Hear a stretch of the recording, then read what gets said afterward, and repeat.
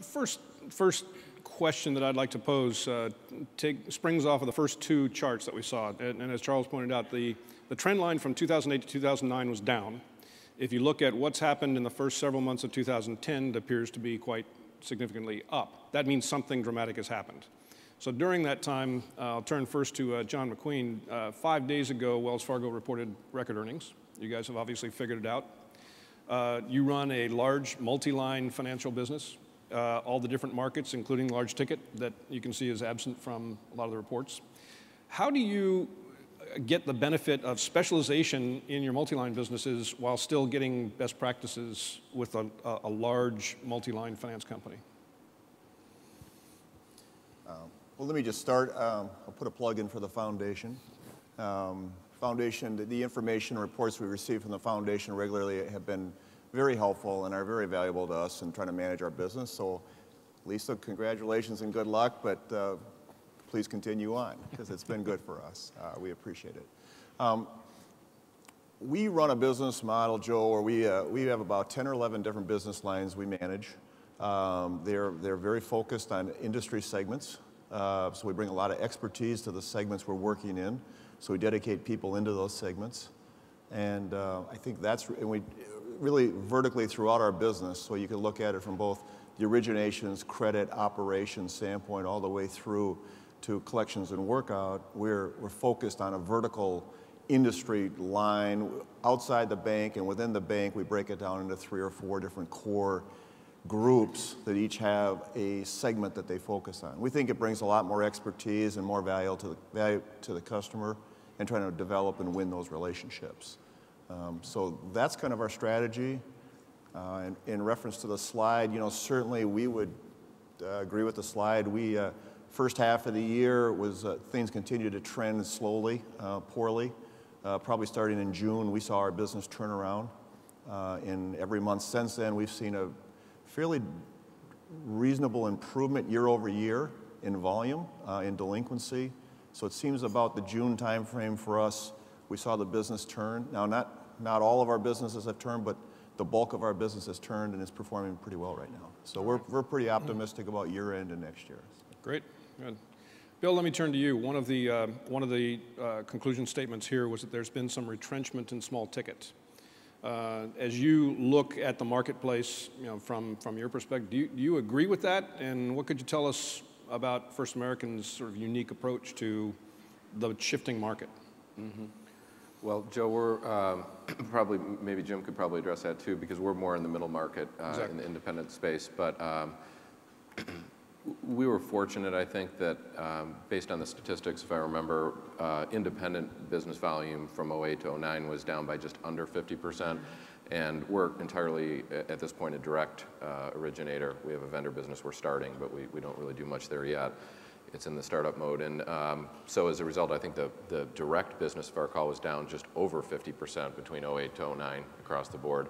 So, right squarely where we sit, the situation was very bad. And we were very fortunate, I think partly just luck, that we were in the right space where we weren't impacted in that way. Mm-hmm. We do play in very narrow verticals. It's kind of interesting to hear even a company the size of John's that they think that way, but certainly for us, we don't have a cost advantage. We're not a cost leader. So we have to find ways to add more value to our customers. And the only way we can do that is to be very, very narrow and very focused on specific industries. And we were kind of blessed that some of those industries we focus on from a credit perspective weren't hit very hard during the decline. But if people are retrenching from small ticket, do you expect to see them arriving more in the market that you play in actively? I think we probably expected maybe more of the big ticket to come down because I think that business has been under pressure as well. Mm-hmm. Actually, I think from a competitive perspective, now we're an IT lessor and other people probably have different perspectives elsewhere, but there are a lot of unique things about what we do, and when you combine the specialization of being an IT lessor with the specialization in the various verticals we play in, we've really not seen a lot of new entrants. Okay. Debbie, there's a lot of talk, and indeed there's a session that will focus on some of the foundation's research tomorrow afternoon, I believe, that Ralph Pett is going to focus on the accounting changes. the regulatory and accounting changes loom out there as something that will affect the business. But in conversation you and I have had, you said that really doesn't affect the part of the market that I'm in. I was just thinking, I can't believe you're asking me that question. So from your perspective of the market, is this a non-issue? Is this something that just doesn't matter? Yeah, my lessees are all early stage emerging growth technology companies, and it doesn't affect them, and it doesn't affect my company in any way. And I had said to Joe, I've been sitting in all these meetings hearing everyone getting all freaked out about it, and I thought maybe I'm missing something here. Mm-hmm. But it will have no effect on my company. What is out there from the summary of the report that will have a visible effect on either your company and your business, your competitors, or your customer set? Is there anything that came out of the report that focuses particularly on your base? No, even though I'm in a specific niche, I've actually followed along with '09 over '08, we were down by half. And up until September, we're probably up actually almost 3 times what we were in '09. So, a lot of my clients are not affected by the economy. They're affected by how much liquidity there is in the venture and private equity markets. And I think that's still there. So I think that's what affects me more than the economy. Okay. Jim, you're an example, you and key members of your team, of the evolution of companies and their position in the marketplace. Not that long ago, you were wearing a uniform for U.S. Express Leasing, and then part of the largest single capital raise to create Tigris, and now into EverBank. What about the current state of the industry looks unique from your standpoint, having evolved, now being part of a bank as opposed to an independent? Well, first, it's obvious I can't hold a job, but since 5 years old, I hear you. Since 5 years old, yeah. That's, it's been quite a journey, and I like to think of ourselves as being an independent still in bank's clothing, and we're hoping to get the best of being a bank, but maintain the DNA that we have, and that's been ingrained in us as an independent. When you look at what's going on, I am very concerned about accounting changes, and I think that you can look at the technical aspects of that, and there are a whole series of obvious conclusions that you can draw as a result of these proposed changes. But I'm looking at it even a little more broadly, more systemically, and thinking about the impact from trying to comply from an operation standpoint, the impact in terms of reputation and perception of the industry. If banks have to post more capital, that's going to have an impact. So there can be some very, very profound consequences, cascading consequences as a result of this accounting change. And we've been down this path years ago on the tax side when we go back to IRTA and TEFRA, and we saw what was coming down the path. We weren't sure we liked it. Turned out okay. The industry is resilient. But I worry about that in the small ticket side of our business, in the mid-ticket side of our business. I worry about the impact on potential obligors, and does leasing actually start to become a less attractive alternative to acquiring equipment. In terms of the trends, I would agree with that. We've seen the same thing as well, where we've seen great improvements starting at the beginning of this year in all aspects of the business. So let's springboard off of your statement about whether leasing is going to continue to be a key element. If we just look at the attendance of this year's conference, it's up 40% or something from what it was last year. Is that indicative of more people, more companies? If we were projecting ahead to next year's state of the industry, will there be more players in the industry, about the same, or fewer? What do you speculate, just going down through the panel? John?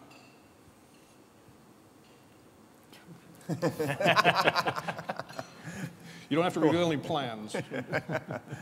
Oh, I think the industry is pretty healthy. I think we see a recovery. I think most of the people I've talked to here are pretty optimistic. Mm-hmm. Things are better across most aspects of their businesses.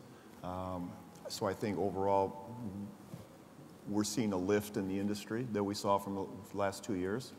I can't really speculate on why there's an increase of 30 or 40% people here, but I think that's very positive for the industry. Jim, more, same, or fewer? I think it's probably going to be about the same. I think the industry is healthy. I think there's a lot of uncertainty. There's a lot that needs to be determined and decided yet. But I just have a lot of confidence in the industry. We've been down this path before many times, and somehow we figure a way to deal with it and move on. So. All right. Debbie, what do you think? Yeah, no, I agree. I think if you've weathered through 08 and 09, and 10, you've had a fairly good year, that those of us that are here will be around next year, and I think there'll be more independence in the future.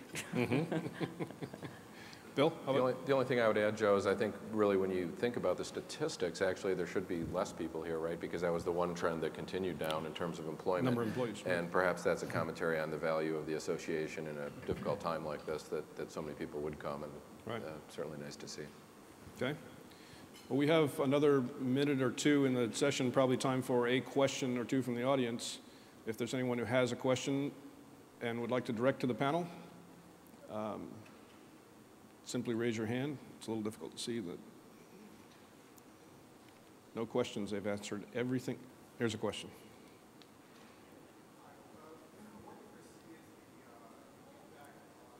Right behind you is a microphone. Thanks, Bill. Sorry about that. What do you see as the impact on volume on the coming accounting changes? Who do you want to have answer? Could you speculate, please? So, not Debbie, but John, you have a view? Well, I think we have some time to react to it, hopefully, and I don't know that it's final yet in its form. I think it'll have a very big impact on real estate and how companies account for the real estate on their books, more so than equipment. I think it will. I think it's very industry, or segment focused. I think the large end, the investment grade end of the marketplace will be more highly impacted by the changes, although they're going to have a greater ability to react to the constant monitoring that's required too. So.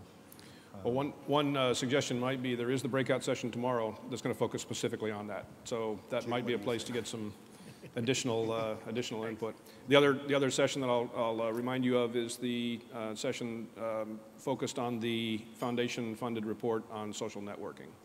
So with our time up here, I'd like to say thank you to the panel. Thanks very much. I'd like to encourage all of you. The State of the Industry report will be available. It's just now been unwrapped and it's to be released at the foundation booth in the exhibit hall. And so please stop by the booth and do two things. One is to pick up a copy of the report, and two is to be sure and confirm that you've already made your contribution to the foundation. If you haven't, there are people there who can help. So we thank you for the support. The foundation continues to try to do good work, and thank you to the panel.